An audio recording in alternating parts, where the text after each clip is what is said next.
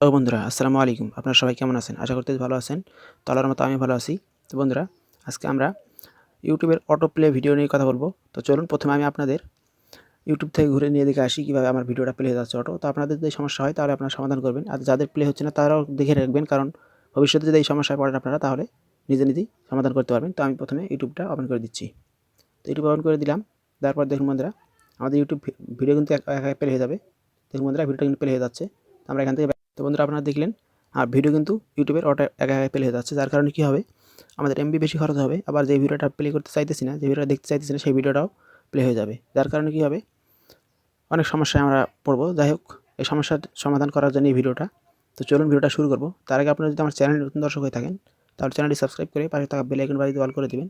তো চলুন বন্ধুরা, ভিডিওটা শুরু করা যাক। তো আমি এখান থেকে আবার ইউটিউব অ্যাপসে চলে যাব। আপনারা এখান থেকে আবার ইউটিউব অ্যাপসে চলে যাবেন। তো আমি ইউটিউব অ্যাপসে চলে আসলাম। আসার পর দেখুন বন্ধুরা, ভিডিও কিন্তু আবার আমার অটো প্লে চালু হয়ে যাবে। দেখুন বন্ধুরা, চালু হয়ে গেছে। আমরা এখান থেকে কর্নার অপশন ক্লিক করব। তো দেখুন বন্ধুরা, কর্নার অপশন ক্লিক করার পর আমাদের সামনে এরকম চলে আসছে। তো আমরা এখান থেকে দেখতে পাচ্ছি নিচে সেটিং নামে একটা অপশন আছে। তো আমরা এখান থেকে সেটিংসে চলে আসবো। তো আপনি এখান থেকে এইগুলো চাইলে উল্টাপাল্টা করবেন না, এগুলো যেগুলো সেভাবেই থাক। তো আমরা এখান থেকে এই সেটিংস অপশনে চলে আসবো। তো আমরা সেটিংসটা অন করে দিলাম। সেটিংস অন করার পর দেখুন বন্ধুরা, এখানে আপনারা কিন্তু এখানে কিন্তু একটা অটো প্লে আছে, সেটা কিন্তু লাড়াচাড়া করা যাবে না। যাই হোক, আমি আপনাদের এটা ভালোভাবে কাজ বুঝে দিই আগে। তো আমি এটা অন করলাম। অন করার পর দেখুন বন্ধুরা, এখানে কিন্তু বলা আছে অটো প্লে নেক্সট ভিডিও। তো আপনি যে ভিডিওটা মনে করেন একটা ভিডিও দেখতেছেন, সেই ভিডিওটা যদি শেষ হয়ে যায় তারপর আরেকটা ভিডিও অটোমেটিক চালু হয়ে যাবে। এটা আর কি সিস্টেম। তো আপনি চাইলে এটা অন করতে পারেন অথবা অফ করে রাখতে পারেন। আমি অফ করে রাখলাম। তো রাখার পর এখান থেকে ব্যাগে চলে আসবো। ব্যাগে আসার পর এখান থেকে আমাদের মূল কাজে চলে যাব।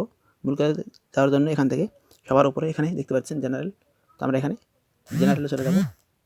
আমি এখানে জেনারেলে ক্লিক করলাম। করার পর এখানে দেখতে পাচ্ছেন বন্ধুরা, এখানে আরও কিন্তু সেটিংস আছে, সেগুলো আপনারা চাইলে উল্টাপাল্টা করতে পারেন। যাই হোক, এখানে ডার্ক মোড আছে, চাইলে এটা অন করতে পারেন।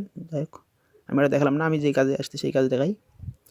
তারপর এখান থেকে কী করবেন, এখানে দেখতে পাচ্ছেন মুটেড প্লেব্যাক ইন ফিডস। তো আমরা এখান থেকে এই অপশনে ক্লিক করবো, মুটেড প্লেব্যাক ইন ফিডস। তো আমরা এটাতে ক্লিক করলাম। এটাতে ক্লিক করার পর দেখুন আমাদের এখানে কিন্তু তিনটা অপশন দেখতে পাচ্ছেন, always one, wifi only, of. তো আমরা এখান থেকে আপনি এখানে অলওয়েজ ওয়ান দেখতে পাচ্ছেন, সেটা যদি আপনার নেট থাকে, নেট কানেকশন চালান অথবা ওয়াইফাই দিয়ে চালান, যেটা দিয়ে চালান আপনার ইউটিউবের ভিডিওগুলো অটো প্লে চালু হয়ে যাবে। আর এখান থেকে এটা ওয়াইফাই দিয়ে শুধু ওয়াইফাই কানেকশন চালু করলে ইউটিউবের ভিডিওগুলো অটো প্লে চালু হবে। আর এটা অফ করে দিলে কোনো সমস্যা নেই, আমাদের সমস্যার সমাধান। তো আমরা এখান থেকে এটা অফ করে দেবো। তো বন্ধুরা, যাদের এই সমস্যা ছিল তারা এইভাবে অফ করে নেবেন, তাহলে আপনাদের সমস্যার সমাধান হয়ে যাবে। তো বন্ধুরা, এই ভিডিওটা যাদের উপকার আসছে, তা যদি একটু ভালো লাগে থাকে তাহলে চ্যানেলটি সাবস্ক্রাইব করে লাইক কমেন্ট শেয়ার করতে ভুলবেন না। ধন্যবাদ।